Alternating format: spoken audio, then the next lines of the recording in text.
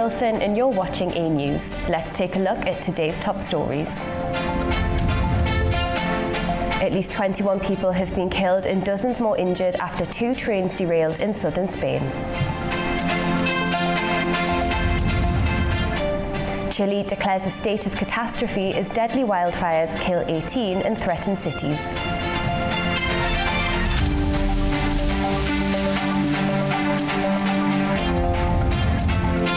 And Iran's president warned that any attack on the country's supreme leader would trigger all-out war.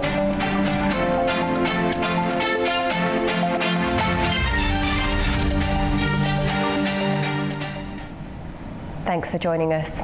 At least 21 people have been killed and dozens more injured after a high-speed train derailed and collided with another service near the city of Cordoba in southern Spain. Rescue operations continued into the night with rail links between Madrid and Andalusia suspended as investigators begin work. A high-speed train has derailed near Cordoba, Spain, colliding with another service and leaving dozens killed and injured. Authorities have suspended rail links between Madrid and southern Spain. The accident happened around 7:45 p.m. when the rear of an Irio train from Malaga to Madrid derailed, crossed onto the opposite track and struck a Renfe train heading from Madrid to Huelva. Officials says the rear of the Irio train slammed into the front of the Renfe service, knocking carriages off the tracks and down a 4-metre slope. At least 4 wagons were fully derailed, with the Renfe train's front section sustaining the worst damage. The Irio train was carrying around 300 passengers and the Renfe train had about 200. 73 injured passengers were taken to hospitals across Andalusia. Rescue teams worked through the night in a hard-to-access area, assisted by local residents, Spain's military emergency units, firefighters and the Red Cross. All survivors have now been rescued, though officials warn that additional victims could still be found. Rail services between Madrid and Andalusia will remain suspended while investigators look into the cause of the crash. The investigation could take up to a month. European leaders have criticised a move by President Donald Trump to impose tariffs on 8 European countries until a deal is reached on Greenland. This comes as Trump argues the Danish island is vital for US security. 8 European countries will face new tariffs on goods from the United States unless Denmark accepts a deal over Greenland. The threat comes from US President Donald Trump, who has long argued that acquiring the Arctic island is vital to US national security. In a social media post on Saturday, Trump said a 10% levy would take effect on the 1st of February, with a further 15% added on the 1st of June. The US president said the affected countries, including Denmark, France, Germany and Britain, would face the tariffs until a deal is reached for the complete and total purchase of Greenland. The threat has drawn swift rebukes from Nordic capitals and major European leaders and has fuelled calls for a coordinated EU-level response. Danish Foreign Minister Lars Løkke Rasmussen said he was surprised by the tariff threat and noted that Denmark was in close contact with the European Commission. In a joint statement, EU President Ursula von der Leyen and European Council President Antonio Costa warned that tariffs linked to Greenland would undermine transatlantic ties and risk a dangerous downward spiral. British Prime Minister Keir Starmer said it was completely wrong to impose tariffs on allies for pursuing collective security within NATO, adding that Britain would raise the issue directly with the US administration. French President Emmanuel Macron described the threat as unacceptable, saying on his X account that Europeans would respond in a united and coordinated manner if the measures were confirmed. Cyprus, which currently holds the EU's rotating presidency, has called an emergency meeting for Sunday, with ambassadors from the bloc's 27 member states set to convene to coordinate next steps.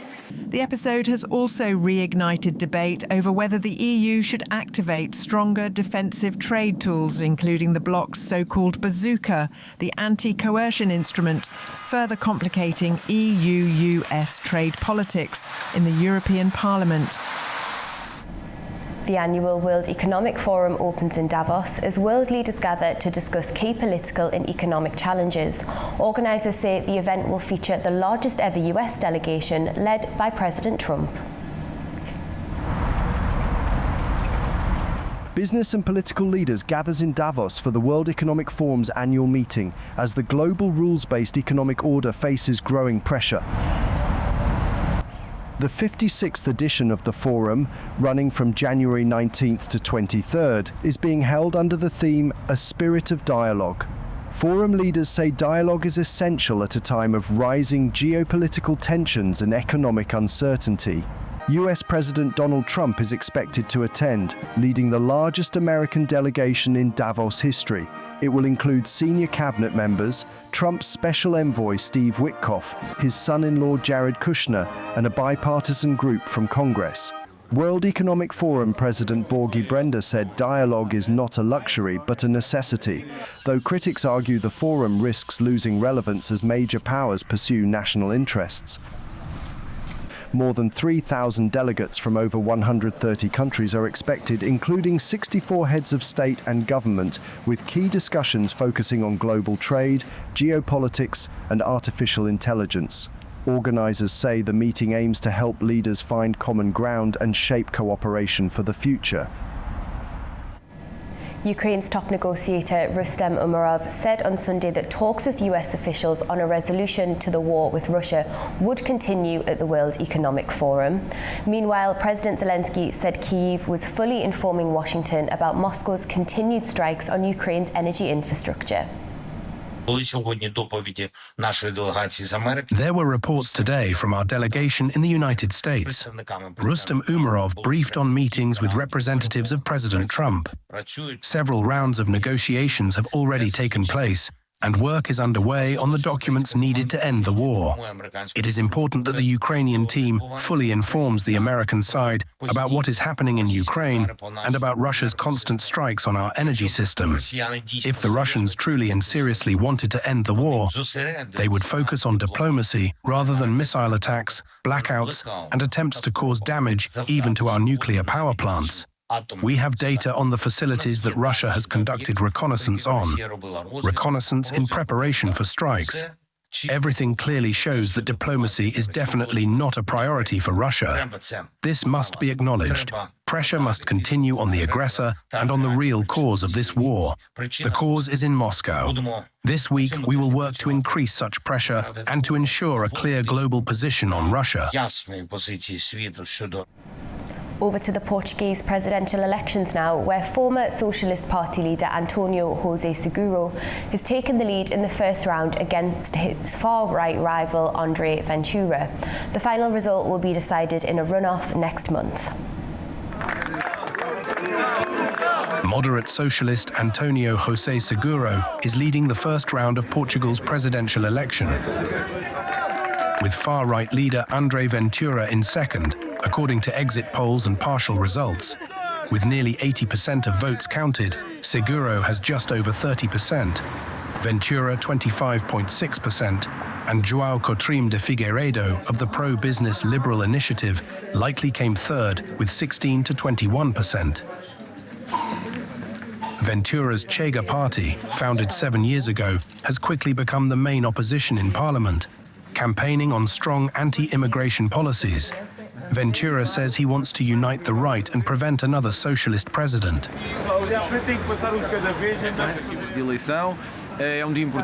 We can't spend the whole year criticizing things, or the whole decade criticizing things, and then stay silent on the day we're called on to decide. We have to make choices for the country, and today, whether the choice is one or the other, what matters is voting. Democracy wins when we vote, when we choose, when we participate. Analysts say Ventura's appeal is limited beyond his core supporters, and polls suggest he is likely to lose the runoff. The runoff is scheduled for February 8th. It's only the second in 40 years, reflecting growing political fragmentation. While largely ceremonial, Portugal's presidency still holds key powers, including vetoing laws and dissolving parliament. deadly forest fires in Chile have killed at least 18 people and destroyed hundreds of homes in the south of the country.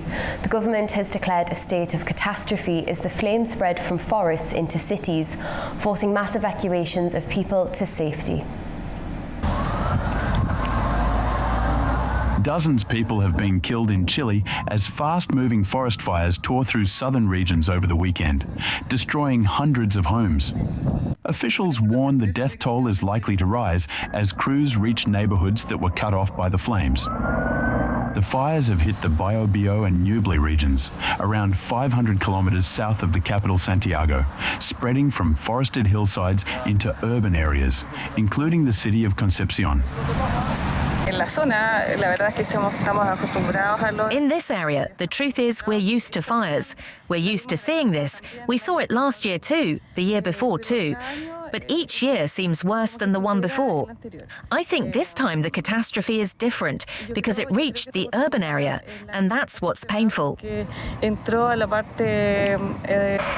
Authorities say more than 50,000 people have been evacuated, and the number of damaged homes could exceed 1,000 in Biobío alone. We arrived a short while ago, and there's just destruction. It was totally destroyed, the entire neighborhood. Chilean President Gabriel Boric has declared a state of catastrophe in the affected regions, allowing greater coordination with the military. More than 24 fires remain active, burning thousands of hectares, while aerial firefighting operations continue. Wildfires are common in central and southern Chile during the summer, but years of drought and the expansion of commercial pine and eucalyptus plantations have made recent fires more intense and more deadly. Guatemalan President Bernardo Arévalo has announced a 30-day state of siege after a weekend of gang attacks left at least 7 police officers dead and 10 more injured. The unrest began when prison inmates took 46 guards hostage across 3 jails. Authorities say the violence was driven by the Barrio 18 gang, whose leader was returned to custody.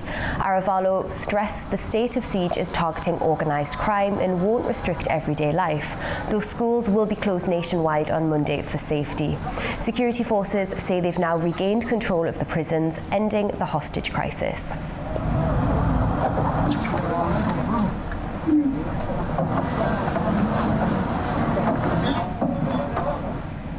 Tokyo will delay the restart of its Kashiwazaki Kariwa nuclear power plant, which has been shut since the 2011 Fukushima disaster. Restarting the plant, which lies on the Sea of Japan coast, about 300 kilometers northeast of Tokyo, could boost the city's power supply by about 2%. Japan closed all 54 of its reactors after Fukushima and has since restarted 14 of those still operable. Prime Minister Sanai Takaichi supports restarts to improve energy security and reduce reliance on imported fossil fuels, which provide most of the country's electricity.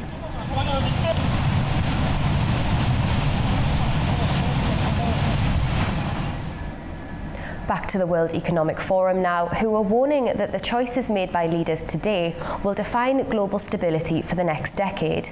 They say the world is entering a new phase of risk where global cooperation is fading and competition between major powers is reshaping politics, economies and technology. The World Economic Forum's Global Risks Report 2026 warns that uncertainty now defines the global outlook. Drawing on views from more than 1,300 experts, the report shows growing concern across geopolitical, economic and technological risks. Half of respondents expect the next 2 years to be turbulent or stormy. That number rises to 57% over the next decade. Only 1% foresee a calm global future. Geo-economic confrontation is seen as the most immediate threat in 2026. Trade conflicts, protectionism and economic pressure between major powers are increasing instability and raising the risk of wider conflict. State-based armed conflict ranks close behind. The report highlights a retreat from multilateralism. Trust between nations is weakening as governments turn inward. Global cooperation is giving way to competition in an increasingly fragmented world. Economic risks are intensifying. Experts warn of rising chances of economic downturns, inflation, and asset bubbles. High debt and fragile markets could trigger renewed global volatility with serious social consequences. Technology risks are rising fast. Misinformation and cyber insecurity remain major concerns. The long-term risks of artificial intelligence are climbing sharply and could reshape jobs, societies, and global security. Social pressures are growing. Inequality remains the most interconnected global risk. Political polarization and distrust in institutions are deepening, threatening social stability. While environmental risks are losing urgency in the short term, they remain the most severe long-term threats. Extreme weather and climate change still dominate the 10-year outlook. Looking ahead, nearly 70% of experts expect a multipolar, fragmented global order, driven by rivalry rather than cooperation. The report concludes that while risks are rising, the future remains open, and global choices made today will shape what comes next. NASA is beginning its final preparations for its next crewed moon mission. On Saturday, the agency rolled its giant Space Launch System rocket to the launch pad in Florida. The mission, called Artemis II, will carry 4 astronauts who are set to fly around the moon and return to Earth on a 10-day journey. Launch is planned for early February, pending a key countdown rehearsal. Artemis II follows NASA's successful uncrewed moon flight back in 2022. The Nobel Committee is drawing a clear line between the honour of the prize and the medal itself. It comes after Venezuela's opposition leader decided to give her Peace Prize medal to President Trump. They say even if a medal changes hands, the Nobel Peace Prize and its place in history stays with the original recipient forever. Here's more. The Nobel Peace Prize is permanent and inseparable from the laureate. Once awarded, it belongs to the individual or organisation for all time. This is how the Nobel Committee clarified the Venezuelan opposition leader, Maria Corina Machado's decision to give her Peace Prize medal to US President Donald Trump. Committee says the medal and the diploma are physical symbols of the prize. They confirm the award, but they are not the prize itself. The true honour is the recognition given by the Norwegian Nobel Committee. That recognition can never be transferred, shared or revoked. Even if the medal or diploma changes hands, history does not change. The original laureate remains the sole recipient of the Nobel Peace Prize. The decision, once announced, is final and applies forever. The prize also includes prize money, which is awarded separately. There are no rules on how a laureate may use the medal, diploma or money. They may keep them, donate them, sell them or display them publicly.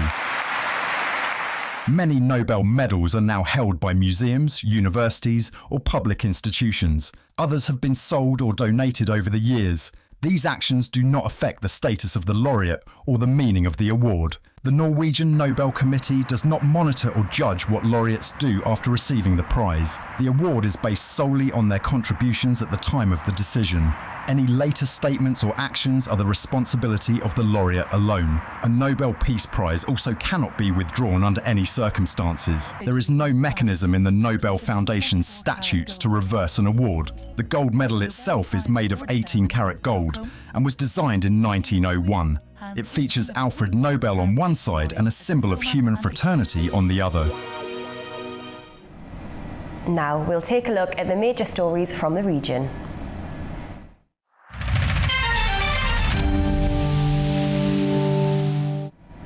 Iran's president has issued his strongest warning yet amid heightened tensions with Washington. In a social media post, Masoud Pezeshkian said any attack on Iran's supreme leader would amount to an all-out war, as the country emerges from weeks of deadly protests and faces continued sanctions and pressure from the US. Iran's President Masoud Pezeshkian has issued a stark warning that any attack on Supreme Leader Ayatollah Ali Khamenei would be considered a declaration of war against the Iranian nation. He made the statement Sunday in a message posted on social media. The warning comes amid rising tensions with the United States, following President Donald Trump's calls for a change in Iran's leadership. Protests that began peacefully in late December over rising living costs and a collapsing currency escalated into violent clashes, leaving thousands dead and tens of thousands arrested, according to officials and independent monitors. Iranian authorities have blamed foreign interference, particularly from the US, for fueling the unrest. Trump has threatened possible intervention if protesters are killed or executed. Although large street protests have eased and partial internet access has been restored, commercial activity remains subdued as residents remain wary of further escalation. Customer traffic in Tehran's commercial districts is reportedly down. Diplomatic activity continues, with Iran's foreign minister engaging regional counterparts to stress the need for stability, even as Tehran insists it will not tolerate external aggression. Authorities are gradually easing domestic restrictions, with officials saying full nationwide internet access is expected within days. Syria's government has announced an immediate nationwide ceasefire with the Kurdish-led Syrian Democratic Forces, ending nearly 2 weeks of fighting. State media says the agreement will see the SDF integrated into Syria's military and state institutions, allowing Damascus to reassert control over parts of the northeast. The deal also includes Syria's first formal recognition of Kurdish cultural and linguistic rights since independence, including official status for the Kurdish language. The agreement follows talks in Damascus involving a US envoy who described it as a step towards a unified Syria.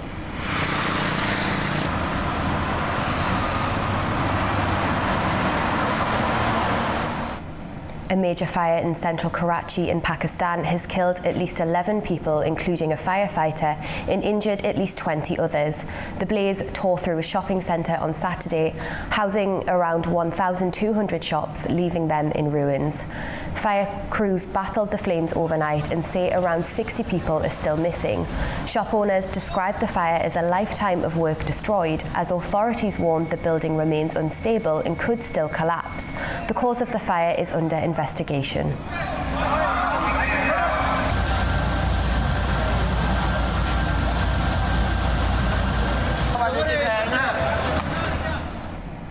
Turkey's Ministry of Defence said the country's naval task force will deploy across the Atlantic Ocean, Mediterranean Sea, North Sea and Baltic Sea as part of a 3-month operation. The deployment will run from January till April and will include teams equipped with unmanned aerial vehicles, helicopters and landing craft. The force will conduct cruises and port visits in line with NATO commitments. The Anadolu Task Group previously took part in a NATO exercise in the Adriatic Sea last year. To sport now, and we are joined from Doha by our correspondent Nick Summerby, who has all the latest from this weekend. Nick, great to have you with us. Yeah, thank you very much. What have been some of your highlights from the Premier League this weekend?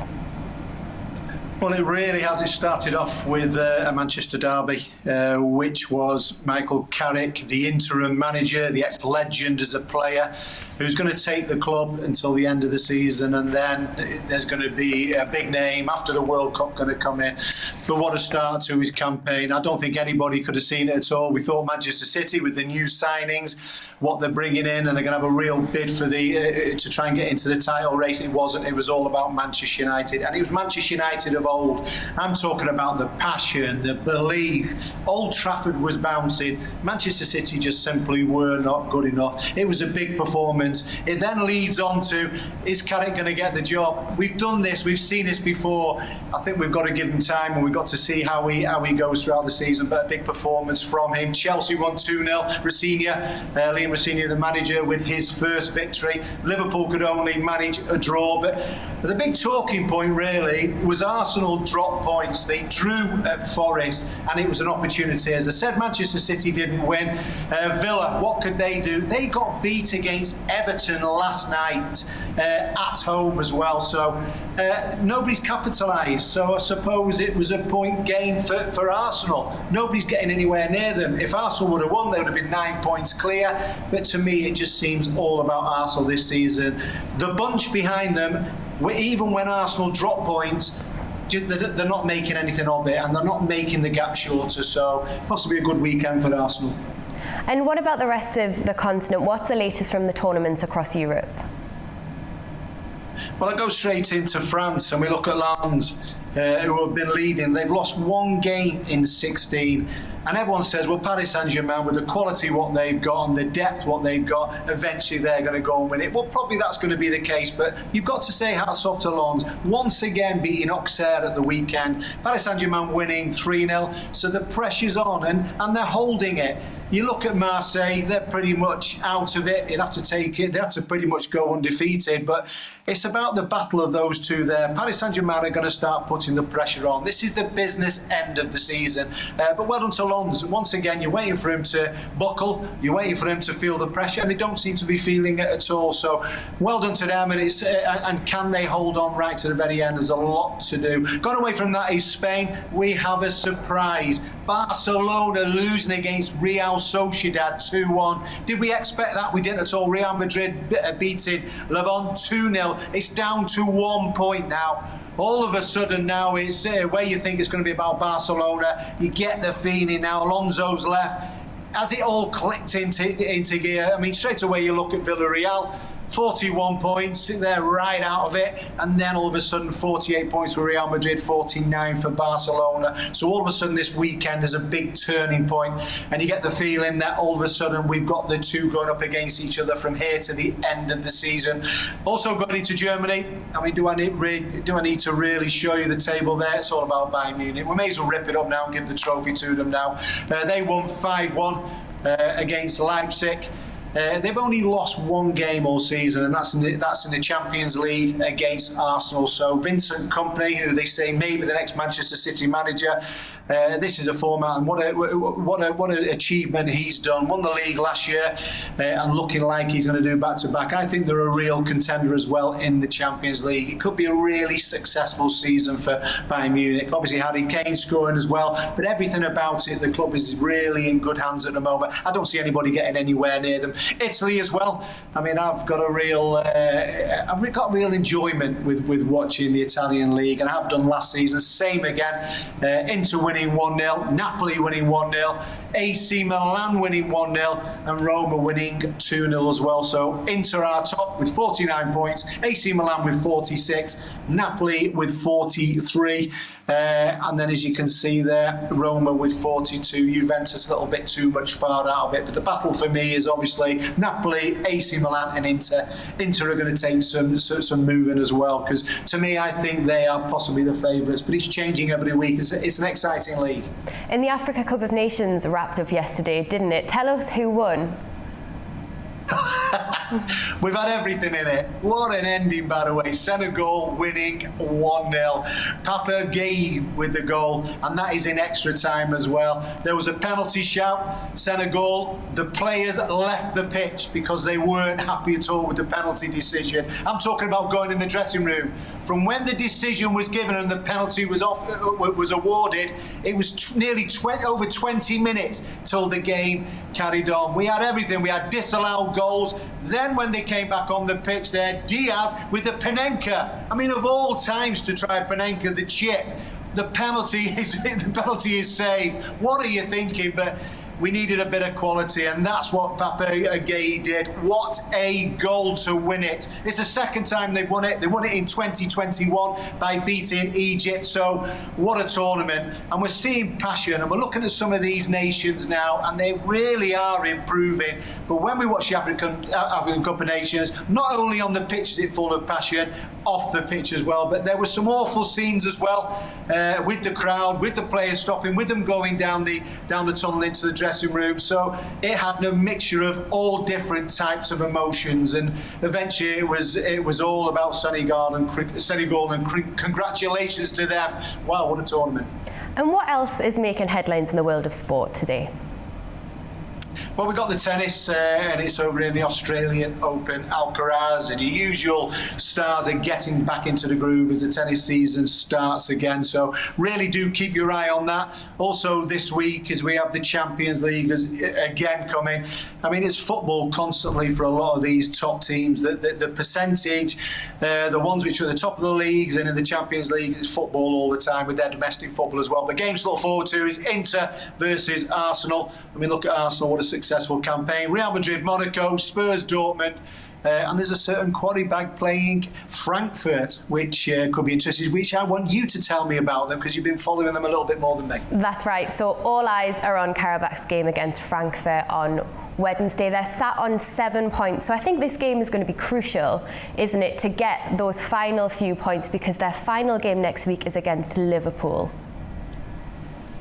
Liverpool, they just drew with Burnley at the weekend. There's every chance Quaribag could beat them, by the way. So don't all of a sudden think, well, hang on a minute, it's not last season. There's every opportunity. And what an achievement by Quaribag. It's really good for the region, really good for Azerbaijan, and it's showing the quality of the football there. So all to play for. Absolutely. There's been some real surprises. So hopefully we'll see a few more in the coming weeks. Thank you very much, Nick, for joining us. Thank you. That's all we have. That's your news roundup for this morning. Thank you very much for joining us, and stay tuned to A News.